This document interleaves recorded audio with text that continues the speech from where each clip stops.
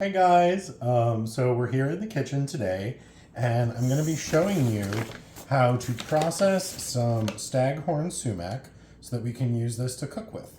So this is a native species of sumac, which is a very popular seasoning and food flavoring, as well as a color additive. It makes a nice red color in various parts of the world, and it grows right here in Connecticut. And so I'm going to show you now how we can process these spikes into a nice fine powder that we can cook with.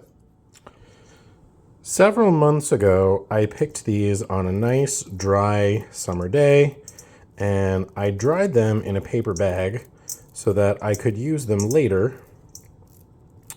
And we could do this in the wintertime when there isn't quite so much to harvest and it's a little bit slower.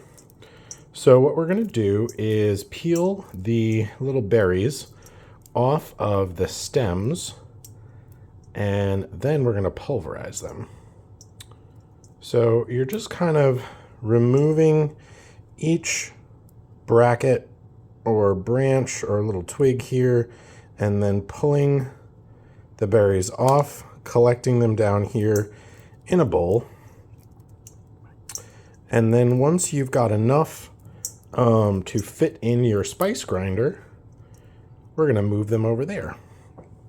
Now, you may be wondering why I'm not washing these, and that is a great question. And the answer is because sumac, or at least the flavoring on the sumac berries, is very water soluble. And so if we wash these, we will lose most of the flavor, and that is why it's really important to pick them when it's been dry for a couple of days, because otherwise they won't have much flavor and they won't be much good for anything. So I've done about as much berries as I think my little spice grinder here will be able to do at once. And we're going to make sure that we remove any last bits of stem from the berries. And then once they're all here in the bowl of the spice grinder, I'm going to pop the top on.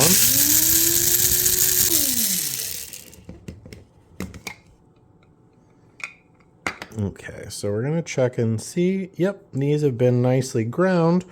And then the last step that we need to do is pass them through a sieve to collect any of the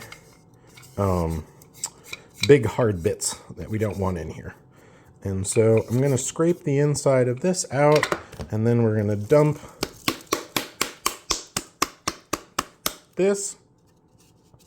And so any of the larger bits of seed in the center will get caught in the sieve, and the edible outer bits that we use for the flavoring will pass into the bowl beneath. So just give that a little shake and toss, and you can see these are the seeds, and these we don't want because these don't really have any flavor and they're very hard and tough. And here is your nice soft sumac powder. We are almost done processing the edible outer fluff from the sumac berries, and what we have here left in the strainer are mostly the very hard seeds, which don't really get broken up when we put it through the spice grinder. And so just by encouraging the red outer hairs off of them, you get a nice amount of the sumac seasoning that falls down into the bowl below. And I have another bowl right here as well.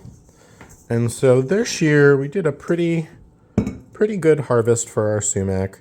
This is nice and tasty and actually can be eaten just as it is.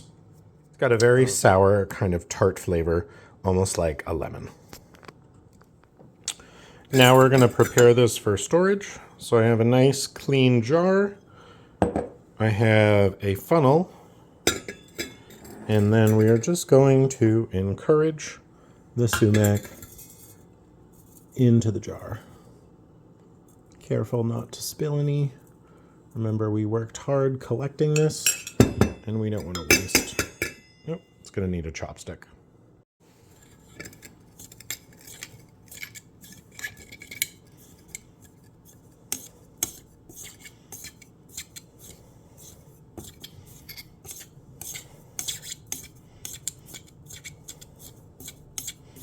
Sometimes we all need a little extra encouragement to get where we're going.